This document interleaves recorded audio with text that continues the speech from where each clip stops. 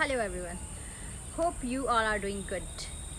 आज हम बात करेंगे एक अलग से फोबिया पर, एक असंगत फियर जो कि एक विशेष ऑब्जेक्ट से लगता है, and that is which I am going to talk about is snake phobia. Yes, सांप से असंगत भय। इतना डर लगता है कभी कभी स्नेक से लोगों को कि वो उसकी पिक्चर देखकर ही बहुत ज़्यादा इमोशनल थ्रेटेंड फील करते हैं, खुद को फ्राइटेंड फील करते हैं, पसीने आ जाते हैं, भाग जाते हैं वहाँ से। और एक या फिर दिमाग में अगर इमेज आ जाए तो उस इमेज से भी उनकी नींद जो है वो कहीं खो जाती है, कहीं भाग जाती है, और वो बहुत ज़्यादा एक तरीके से कहिए कि विचलित हो जाते हैं। तो जब इस लेवल तक आपको कोई ऑब्जेक्ट, कोई वस्तु, कोई व्यक्ति, कोई घटना इस तरीके से डराती है तो उसको हम कहते हैं असंगत फियर। तो ये फियर मैंने लोगों में देखा है, स्नेक फोबिया, लिजार्ड फोबिया भी देखा है और स्नेक फोबिया भी बहुत ज़्यादा कॉमन देखा है। तो स्नेक फोबिया के लिए specific I am going to talk. तो यदि आपको इस तरीके की बीमारी है, इस तरीके के आपको लक्षण हैं, तो इसी को आप समझिए कि आपको स्नेक फोबिया है, जो कि इलॉजिकल फियर है। ठीक है, रियल डेंजर है अगर एनवायरनमेंट में, यानी कि अगर रियलिटी में सांप आ गया है तो डरना वहाँ पर लॉजिकल लगता है, because you don't know how to cope up with that situation. ठीक है, लेकिन अगर आपने सिर्फ फोटो देख ली, आपने सिर्फ बात सुन ली, आपने सिर्फ टीवी में देख लिया, आपने सिर्फ दिमाग में अगर कोई इमेज आ गई है ना, या कोई सुन रहा है, तब आपको वो फीलिंग्स, वो सिम्टम्स आने शुरू हो जाएं, जिससे कि आपका जो होम्योस्टैटिस है, जो आपका समस्थिति है, जो आपका बैलेंस है, वो आउट ऑफ द वे हो जाए, तो ये स्थिति बहुत खतरनाक हो जाती है और आप इससे प्रॉब्लम में रहने लगते हैं।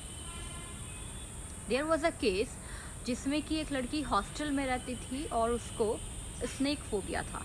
तो यदि वो स्नेक के बारे में सोच ले, सुन ले, मोबाइल पर देख ले, टीवी में देख ले, तो उसके आने वाले 8-10 घंटे डिस्ट्रॉय हो जाते थे, बर्बाद हो जाते थे। इतना ठीक है कि अभी थोड़ा देखा और थोड़ा सा देर के लिए घबराहट हुई, ये भी असामान्य है, लेकिन ठीक है, आप बहुत ज़्यादा परेशानी में नहीं आएंगे। लेकिन जब आपके 8-10 घंटे ख़राब हो जा रहे हैं और आप अपना स्केड्यूल चेंज कर रहे हैं because of that feeling is in your mind, आप वो अपना चेंज कर रहे हैं, तो ये दिक्कत, ये परेशानी वाली बात है। तो दैट वॉज द गर्ल जो कि स्नेक फोबिया था, जिसको जो थोड़ा सा भी कहीं भी स्नेक के बारे में सुन लेती थी तो आउट ऑफ द वे वो हो जाती थी। और वो उसका रोज़ का रूटीन था। वो जितने भी घर में टैप होते थे सबको बंद करके सोती थी। उनका जो टैप जहाँ से पानी आता है उसको वो सेलो टेप से बंद करती थी। जितने भी जो वाटर फिल्टर्स होते थे उनके ऊपर पहले पेपर रखती थी, फिर उसके ऊपर कोई स्टोन रखती थी भारी वाला। मॉर्निंग में उनको हटाती थी क्योंकि वो सब चीज़ें तो यूज़ करनी होती हैं, आपके रूटीन में यूज़ होती हैं। तो उसका ये डेली रूटीन था, बाथरूम्स के होल को बंद करके सोना, टैप्स को कवर करके सोना, कहीं भी दरवाजे में इतना सा भी कुछ अगर दिख रहा है तो उसको सील कर देना। तो ये सारे बिहेवियर वो रोज़ करती थी। नाउ यू कैन इमेजिन कि किस तरीके से फोबिया आपके डेली रूटीन को और आपकी मेंटल बैलेंस को, स्टेबिलिटी को ख़राब करता है, डिस्टर्ब करता है। That's why treatment is needed, essential level. इसमें आपको क्या करना है, आप पहले तो ये स्क्रीन आउट कीजिए कि आपको सांप से क्यों डर लगता है, क्या वजह है कि आपको डर लगता है। तो आप एक एक करके खुद से, self probing is the technique, self probing आप प्रॉब करेंगे कि मुझे सांप से क्यों डर लगता है, सांप यदि आ गया तो क्या हो जाएगा। अच्छा, कुछ लोगों को डिस्गस्ट भी होता है। It's not always phobia, it is sometime disgust.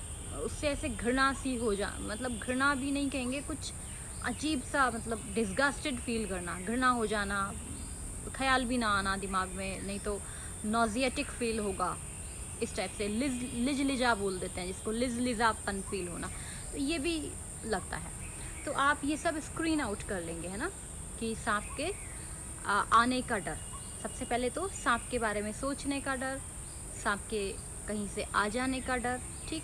अच्छा ठीक है, सांप यदि आ गया तो क्या होगा, तो सांप घर में आ जाएगा। अच्छा घर में आ गया तो क्या होगा, कमरे में आ सकता है, उससे क्या होगा, उससे वो मेरे ऊपर कहीं आ सकता है, उससे क्या होगा, वो काट सकता है, काटने से क्या होगा, है ना, काटने से मुझे जहर चढ़ सकता है, मुझे बेहोशी आ सकती है, ठीक है, बेहोशी होने का डर, जहर चढ़ने का डर, मैं मर सकती हूँ, ठीक है, मरने का डर।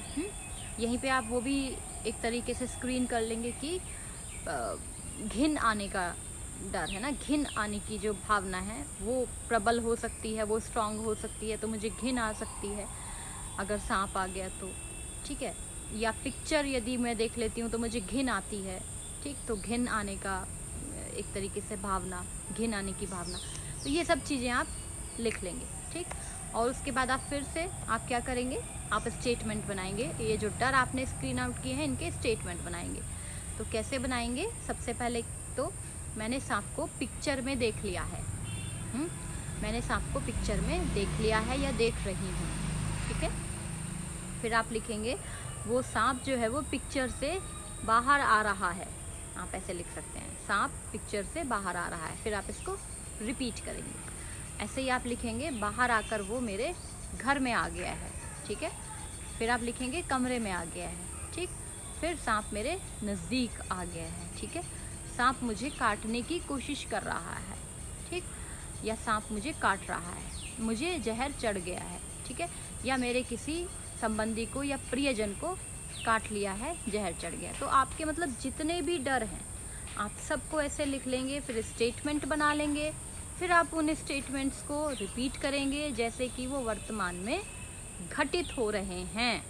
तो जब ये हमारे दिमाग की एक तरीके से मैकेनिज्म होता है कि जब कोई चीज़ फिक्शियस है, because there is the story in the future you are manifesting and it is not the reality in the present, as well as the probabilities are less to occur those anxieties or those mishappenings in the future, but your mind is rendering around those anxieties and fears. So what you are doing, you are bringing them in the present time, and when you are bringing those future insecurities, future fears, future fictitious stories related to anxiety, when you are bringing them into the present time, into the present moment, your mind will alarm you, your mind will aware you, whatever you are thinking, it is just fictitious, illogical, irrational।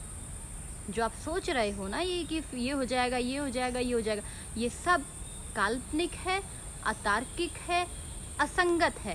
Please be in the reality. जब सांप वास्तव में environment में होता है तब आपको prepare होना है, तब आपको डेंजर हो सकता है। लेकिन आपने टीवी में देख लिया, आपने फ़ोन में देख लिया, आपने सिर्फ सुन लिया, इसकी वजह से आप एग्जैजरेटेड हो रहे हो। This is completely nonsense type of thought pattern, तो जब आप ये फ्यूचर के फिक्शंस को, डर वाले फिक्शंस को प्रेजेंट में लेके आएंगे, रिपीट करेंगे, आपका माइंड आपको अवेयर करेगा। दिस इज़ लॉजिकल, और यहीं से हमारा काम होना शुरू हो जाएगा। एक्चुअली हमें कहीं से कंडीशनिंग हो गई है, या तो हमें घिन आती है या हमें डर लगता है, और हमें कहीं से कंडीशनिंग हो गई है, हमें उसे डीकंडीशन करना है। तो कंडीशनिंग भी माइंड ने किया है, माइंड से हुआ है, डीकंडीशन भी माइंड ही करेगा, तो हमें वहीं पर उसी टेक्निक को यूज़ करना पड़ेगा। तो सिंपल है, आप सबसे पहले एक्सेप्ट करेंगे कि आपको स्नेक से फोबिया है, जो कि लॉजिकल है, जिसको आप कंक्वेयर कर सकते हैं, जिस पर आप विजय प्राप्त कर सकते हैं। और उसके बाद आप अपने डर लिख लेंगे, फिर आप उनको प्रेजेंट में टेंस करेंगे, प्रेजेंट में चेंज करेंगे, और आप उनको रिपीट करेंगे जैसे कि वो अभी घटित हो रहा है। And you will be having a sense from the side of your mind it is illogical and it is irrational, and you will get rid of this snake phobia. उसके बाद आप डेयर करेंगे, डेयर इन द सेंस आप कोई picture उसकी देखेंगे और फिर आप रिपीट करेंगे। खैर this is the story ahead, लेकिन अभी आप सिर्फ इतना कीजिए और आप देखिए कि कितना लेवल आपका डाउन हो जाता है स्नेक फोबिया का। और ये टिप्स आप फॉलो कीजिए और फिर आप मुझको अपना एक्सपीरियंस शेयर कीजिए। Thank you so much, take care, bye bye.